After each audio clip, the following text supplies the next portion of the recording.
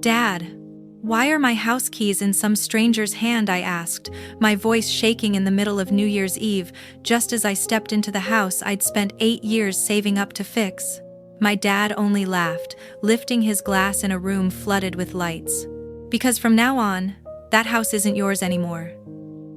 And my little sister Ava actually clapped, her smile brighter than the whole string of decorations behind her. We already sold it, sis. Closed the deal last week. Happy New Year. The whole room, relatives, my dad's drinking buddies, and Ava's influencer friends, all turned to look at me like I was the punchline they'd been waiting for all night. They had no idea.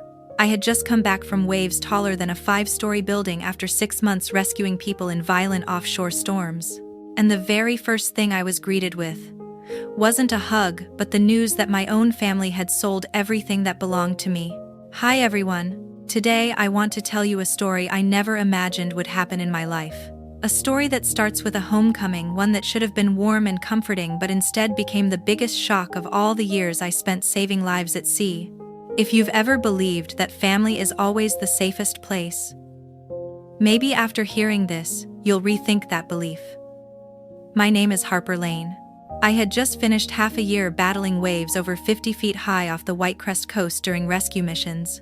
On New Year's Eve, I stepped off the last late-night bus at 11:07 p.m. The final shuttle still running, then rode another 40 minutes through the darkness back to Riverbend, the small town where I was born.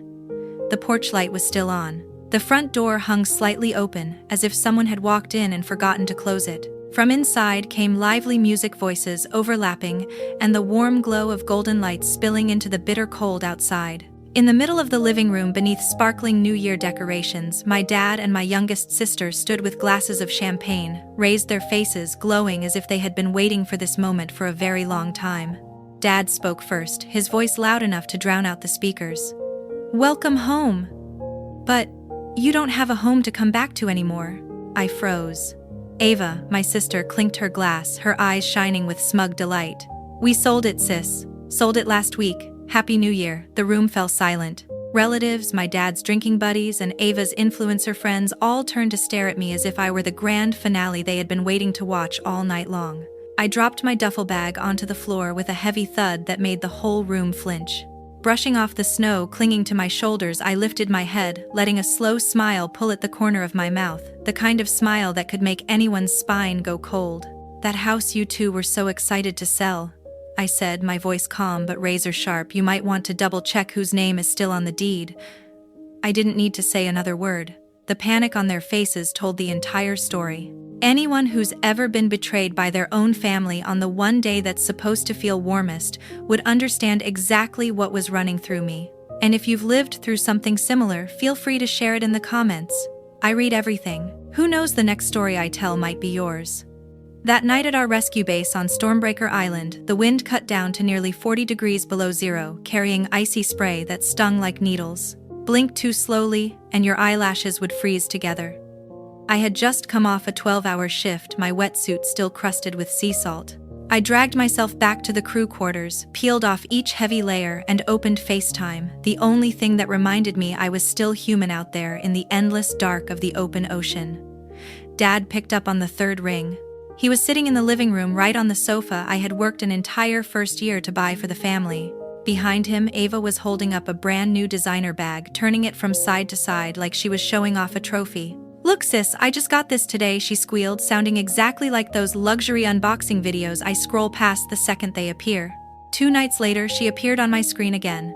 This time, Ava was wearing knee-high designer boots and a luxury fur coat, the kind I knew cost more than my entire monthly hazard pay allowance. Dad sat behind her holding a mug of coffee, wearing that same tired, apologetic smile he always used whenever Ava begged for something new growing up. "She's trying to build her own channel," he said. "Girls these days have to invest in their image." "You wouldn't get it, Harper." I didn't argue. I just stared at the screen until the call ended on its own.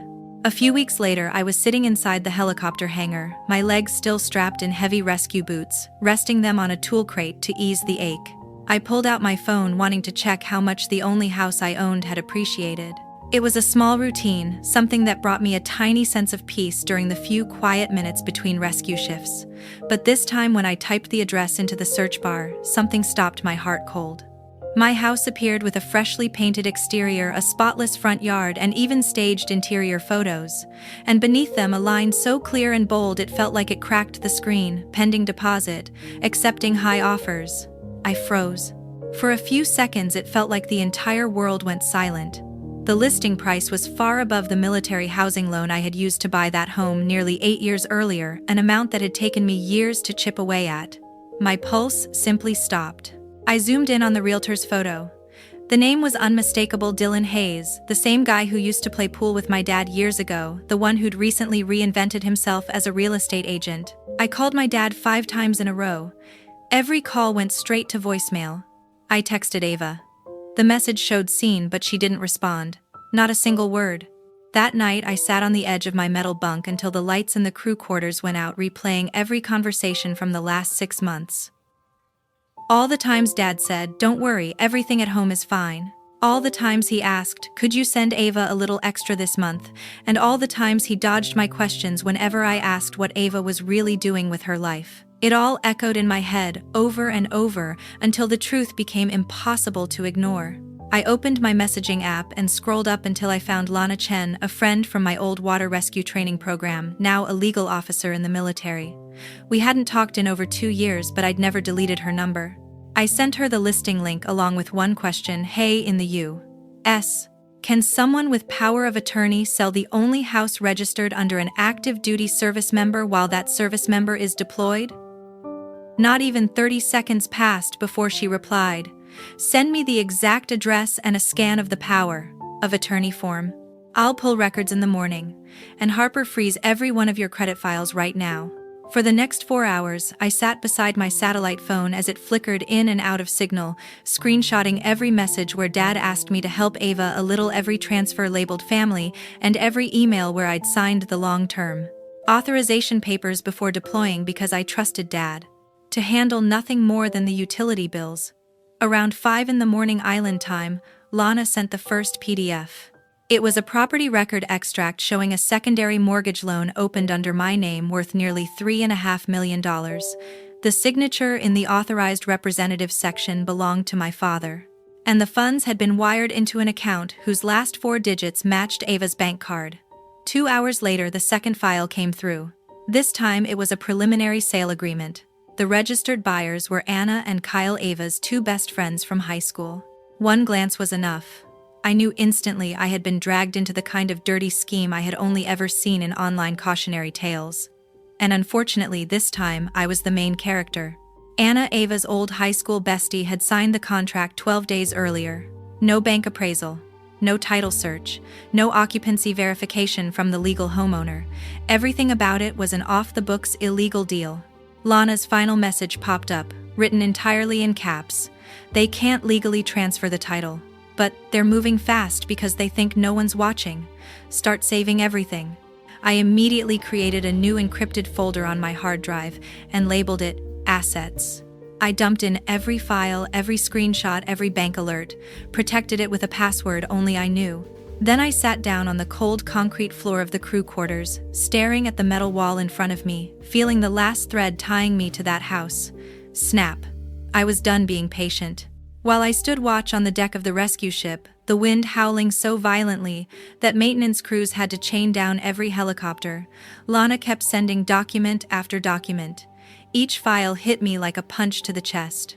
The first page was a bank statement, a withdrawal record from the secondary mortgage taken out under my name, showing 3 transfers into Ava's account within 4 days. The second page was an email from Dylan Hayes to my father, dated exactly 1 week after the loan had been activated. "Title is clear for a fast cash sale.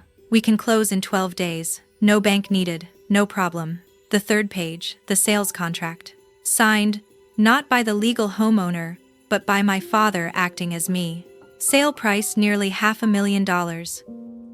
Deposit more than $100,000 marked clearly as non-refundable. Buyers Anna and Kyle, Ava's old cheer squad friends, the same couple whose wedding she attended last summer.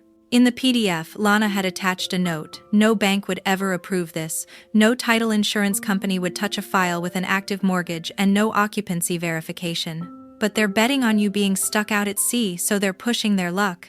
I gathered every document, and sent them to my commander along with an urgent leave request. The family hardship paperwork was approved in 6 hours. I booked the last seat available on the final transport off Stormbreaker Island, catching a red-eye that connected through Reagan National Airport, waiting 4 hours in the military lounge before flying on to Los Angeles, then taking another connection to Seattle. From the moment I left the island to the moment my boots hit the floor of Reagan Airport, it had been 21 hours. I hadn't slept for even 90 minutes. The entire way there, I stared at the contract on my tablet, reading it again and again until every word felt burned into my mind. At the rental counter, there was only one vehicle left, a silver pickup with studded tires. I tossed my duffel into the truck bed, punched Riverbend into the GPS, and drove straight into a storm of thick, blinding snow, my heart pounding like a stone with every mile. Halfway across New Year's Pass, the sky opened up. Sheets of rain slammed sideways against the windshield, and gusts of wind hit hard enough to rock the truck. The warning sign for icy roads, reduce speed, flashed red over and over, but there wasn't a single plow truck in sight. I gripped the steering wheel tighter, fingers going numb from the cold eyes locked on each reflector post along the roadside. Every mile that slipped under my tires felt like I was closing in on the disaster I feared most. When the slope leveled out, Lake Blackwater appeared to my right, its dark surface reflecting the New Year lights of the houses along the shore. Beautiful, but eerie. A picture-perfect omen of something terribly wrong. I turned onto Northwest Boulevard in Riverbend, then onto the quiet street where my house stood. And I swear not even the nights I'd dangled above raging ocean waves had ever clenched my stomach as tightly as this moment did. The whole neighborhood was glowing in New Year's cheer, every house strung with LED lights, door banners, music blasting so loud it spilled right onto the street. But my house was different. It was lit up like a brand new furniture showroom. Every light upstairs and downstairs was on. Both garage doors were covered in red and gold wreaths. Twinkling lights wrapped the railings from end to end. Shadows moved back and forth behind the curtains. And the music thumped so hard I could hear it clearly even from inside my truck. I parked 2 houses down, killed the engine, and sat in the sudden silence watching steam rise from the hood into the cold, rainy New Year's night. The dashboard clock read 11:11 p.m.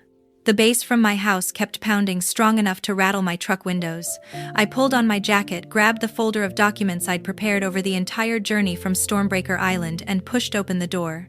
Rain soaked my ankles, mud splashing onto my boots, but I walked straight toward the porch without slowing. Of course, no one came to open the door. They were too busy celebrating New Year's inside the very house I had drained myself to buy. I walked up the brick path, the same one I had cleaned and repaired with my own hands for 8 years. Under the porch light, the one I installed after my first promotion, I stared at the bright red holiday wreath hanging exactly where my American flag used to fly. I reached out, grabbed the doorknob, twisted it, and shoved it open. Using my shoulder, I pushed hard and stepped straight into the middle of their party. A wave of scents hit me, incense, festival food, and the sour edge of cheap wine hanging thick in the air. In the center of the living room stood a massive New Year display, white LED lights wrapped around glittering gold streamers like a stage set for some gaudy performance. Inside were no fewer than 30 people, distant relatives. I barely remembered my dad's old drinking buddies and Ava's influencer crowd, all holding plastic cups of wine like they were attending a wedding. My dad was the first to notice me. He stood right beneath the giant holiday display, wearing a ridiculous light-up sweater, one arm wrapped around Ava's shoulder and the other raising a plastic cup high in the air. The music was blasting, but he still shouted loud enough to cut through it like he'd been waiting all year to deliver this line. "Look who finally decided to show up. Too bad you're late. This house isn't yours anymore." Ava spun around instantly. Her custom sequin-covered dress, probably from some designer she couldn't pronounce, sparkled under the lights, each stitch sharp enough to blind someone. Her extensions swayed with the dramatic flip of her head. She clapped her hands, thrilled with herself. "We finished the transfer yesterday, sis. Paid in cash, too. We're celebrating right here in your old house." The whole room burst into laughter, as if this were the highlight performance of the entire New Year's celebration. I stood in the doorway, rain dripping from my jacket onto the hardwood floor I had paid to restore plank by plank 3 years earlier. My heartbeat stayed steady, the same steady rhythm I felt when I hung over the side of a rescue ship in pitch-black seas, with the wind slicing across my face. Dad raised his voice even louder, the alcohol, making him bolder now that he had an audience. Family looks out for each other, sweetheart. Ava needs a fresh start. And you're gone all the time playing hero out on the ocean. I figured you wouldn't notice. I spoke softly, but my tone was cold enough to cut through the music, which seemed to drop a beat at the same moment.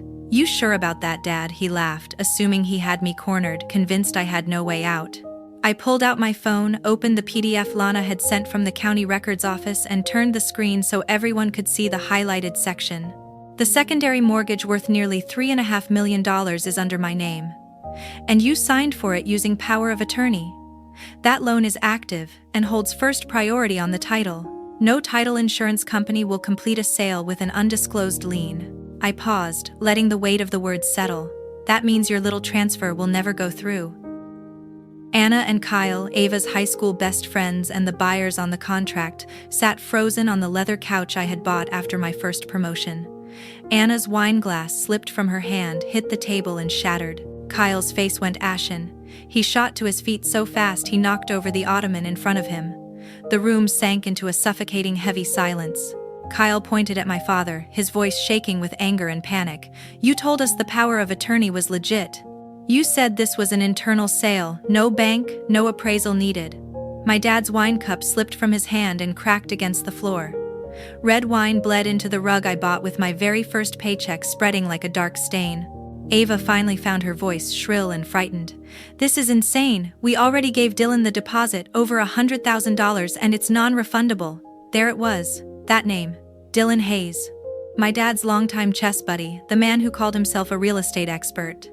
I looked straight at Ava, each word sharp as a blade. Dylan Hayes, the guy who had his real estate license revoked twice for skipping title checks. That guy. The one who drafted your contract without a single verification from a bank or an appraisal office.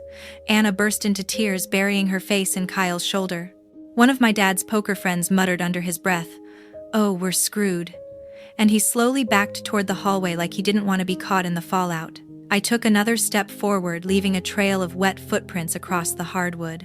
Let me make this real simple, I said, pointing around the room, frozen in shock.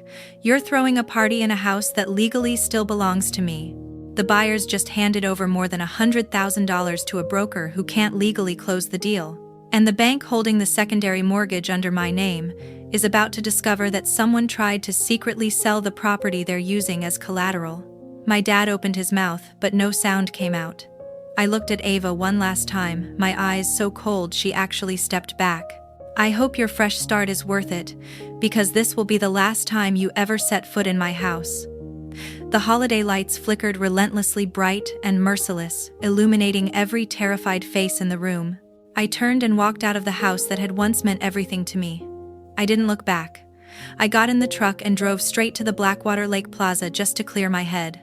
By 9 the next morning, I was sitting at a window table in a lakeside cafe, watching gray patches ripple across the water as the weather shifted colder. I opened my briefcase, laid out every document, and prepared for the biggest legal fight of my life.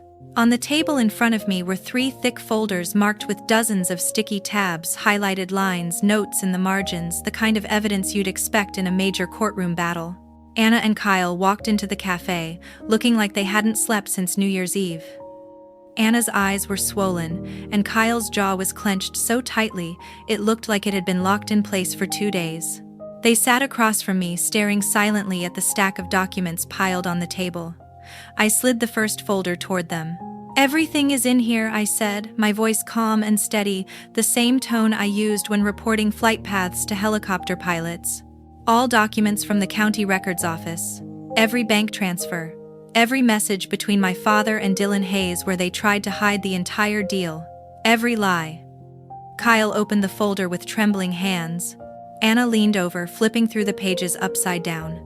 The moment she saw the confirmation for the non-refundable 6-figure deposit, she broke into tears again, mascara streaking down her cheeks. I continued, my voice low, even, and sharp under U.S. real estate law. Anyone who knowingly participates in an illegal transaction is personally liable. Civil law also states that anyone who abuses power of attorney is responsible for full restitution. I looked directly at them. If you file today, your deposit will be refunded. You'll get compensation for damages. Attorney fees covered. You may even be granted additional penalties. I'll sign every document, I'll write the affidavit, I'll testify in court, and I'll stand with you all the way. Kyle looked up, his eyes bloodshot. You really want to take your own dad to court? I looked him straight in the eye. He stopped being my dad the day he treated my hard-earned life as a cash machine he could empty whenever he felt like it. This isn't revenge. This is cleaning up the damage. Anna wiped her tears with a tissue, leaving a dark streak of mascara across her cheek. We already moved half our stuff into the house. He gave us the garage code, told us to just treat it like ours. I nodded once. Then you have even more grounds to sue for fraud. Keep every photo, every text, every moving receipt. All of it goes into the case file. Kyle pulled out his phone, dialed their attorney, and put it on speaker right on the table, the smell of fresh coffee rising between us. I sat with them for nearly an hour and a half, walking through every timeline, every detail, step by step. By the time we stood up to leave the cafe, the attorney on the other end of the call had already begun drafting a civil lawsuit against 3 people, my father Ava and Dylan Hayes, for fraud, abuse of power of attorney, and violations of U.S. real estate transaction laws. The legal battle officially started at that moment. I had only made it halfway across the parking lot when my phone lit up with a call from Mrs. Hollins, my old neighbor. Her voice was urgent. Harper, your father's sitting in his truck outside my gate. He's been there for an hour. The bank just sent a foreclosure notice, and Anna and Kyle's attorney left a message demanding damages in the 6 figures. He says he won't leave until he sees you. I drove back in silence only a few blocks away. And just like Mrs. Hollins said, my dad was slumped behind the wheel of his old pickup, clutching a rain-soaked envelope in both hands. Mrs. Hollins stood on her porch in a thin coat, arms folded, giving me the same look she used to give when I'd come home late from school. I walked up to the driver's side. Dad shakily lowered the window. The envelope in his hand was drenched from the rain. He spoke softly like someone who had lost everything. They took it all. The rental place on 3rd Street, my tools, even the lawnmower. They gave me 1 month to clear out. I stood there saying nothing. He tried to push the truck door open, but his hands were shaking so badly he couldn't muster the strength. His voice cracked. I never thought it would end like this. I just wanted to help Ava. I thought you'd understand. I leaned down so he had no choice but to meet my eyes. You thought wrong. Tears slipped down his cheeks, soaking the collar of his worn-out shirt. He pleaded, Harper, can't you tell them to stop? I'll sign anything you want. I'll give you the rental place. Just save me this one time.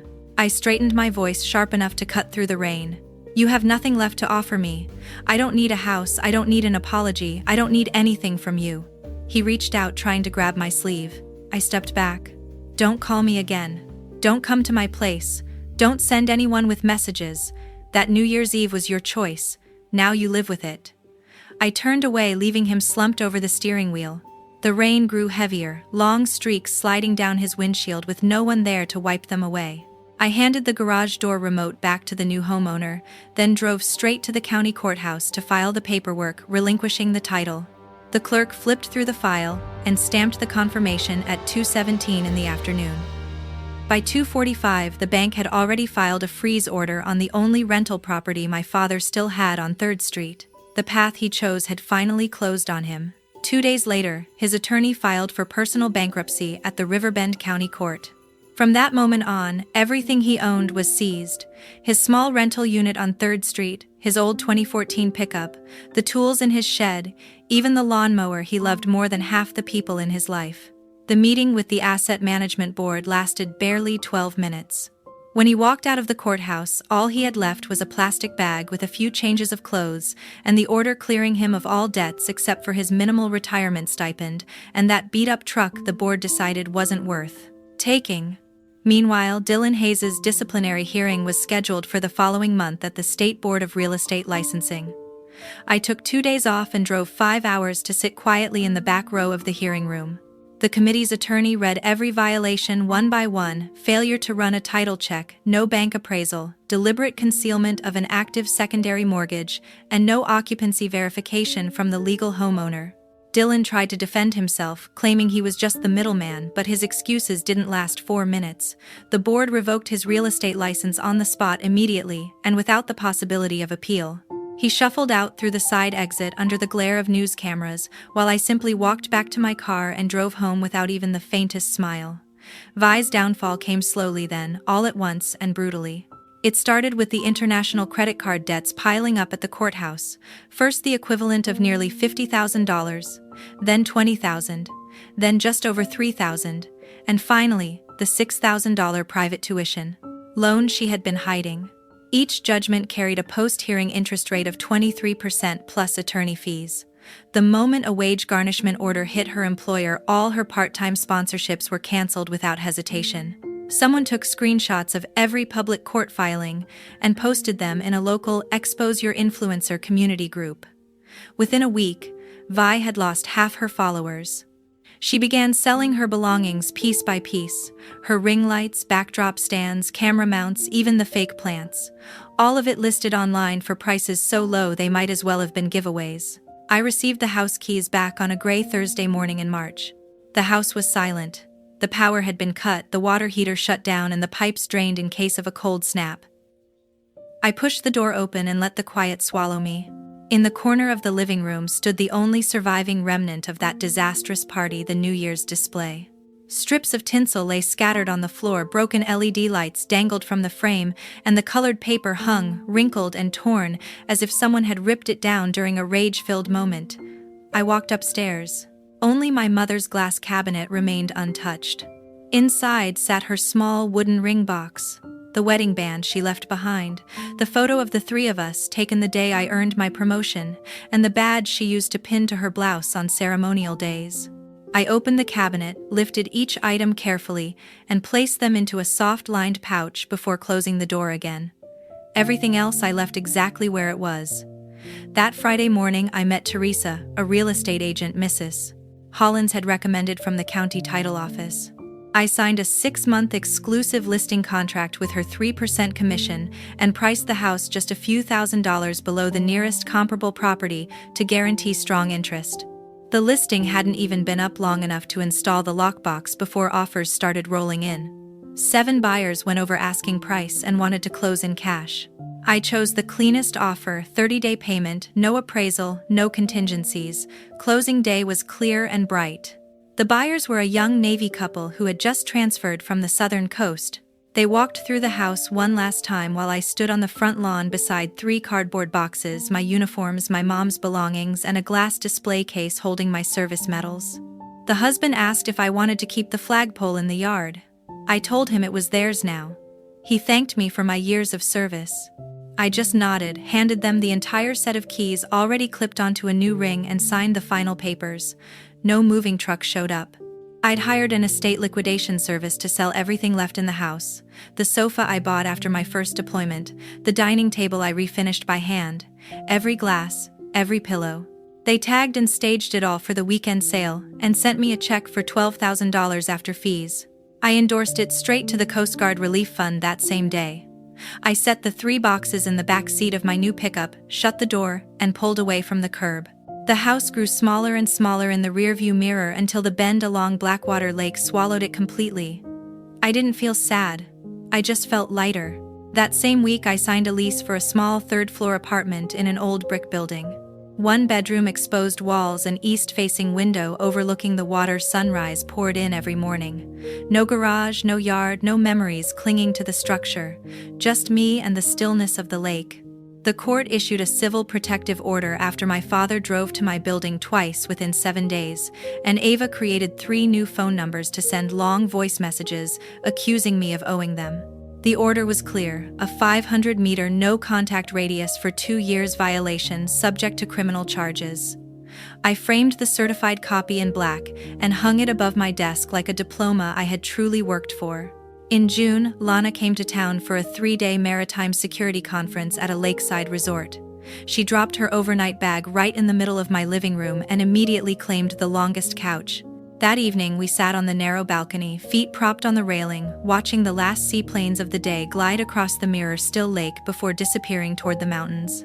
Later that night she returned from the lobby holding a certified mail envelope between 2 fingers as if it might explode. The security guard had signed for it.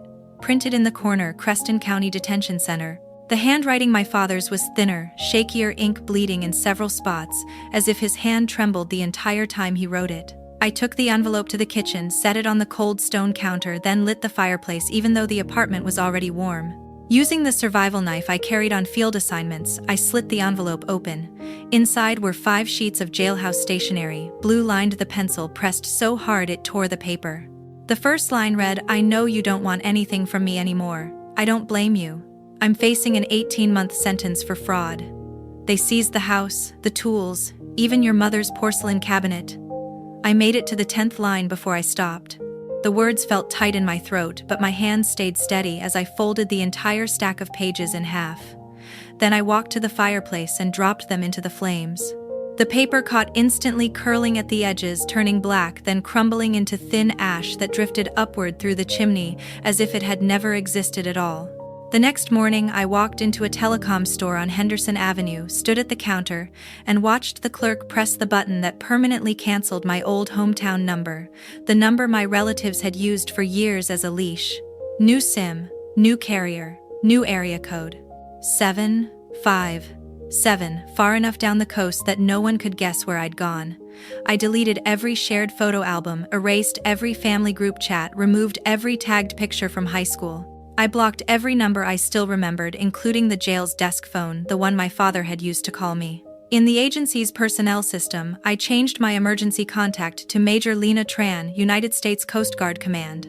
While I was at it, I updated the beneficiary on my line of duty death insurance as well.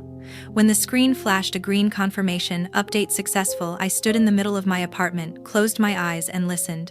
No more buzzing phone. No more demanding messages, no more guilt, no more begging, no invisible cord pulling me back to people who only ever took and never gave anything in return. For the first time in years, I felt truly free.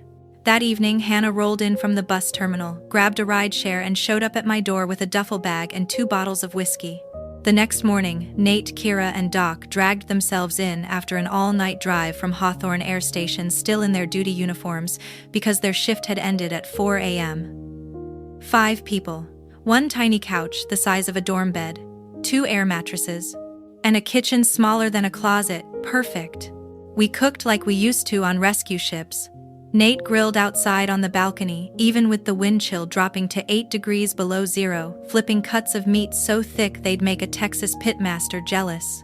Kira took over my kitchen and turned leftover rice kimchi and a few slices of canned meat into something warm and fragrant, the kind of food that makes everyone feel like they've gone home again. Doc made hot cocoa and dumped in so much peppermint whiskey that we had to throw the windows open to cool the place down. We ate on our feet plates resting on the counter, wet boots dripping onto the tile. We took turns telling stories, the times we'd pulled survivors out of waves as tall as 5-story buildings, and the ones who almost didn't make it. No one mentioned the year before. No one had to. When the dishes were washed and the fire burned bright in the hearth, I pulled a small flat piece of titanium from my jacket pocket, cut from the tail section of a rescue helicopter that had taken a lightning strike during a mission off Storm Point. A scorched, ice-cold scrap of metal, but proof of everything we had survived and come home from. And that night, in that tiny apartment tucked against the lake, for the first time in years, I felt like I was finally living for myself. I'd spent 3 nights in the garage working with nothing but a hand file and a small grinder, shaping that metal into a 5-pointed star, the edges still rough, still holding the heat of everything it had been through. That night, I climbed onto the coffee table and reached up to place the star on top of the small Christmas tree I'd bought from a roadside market.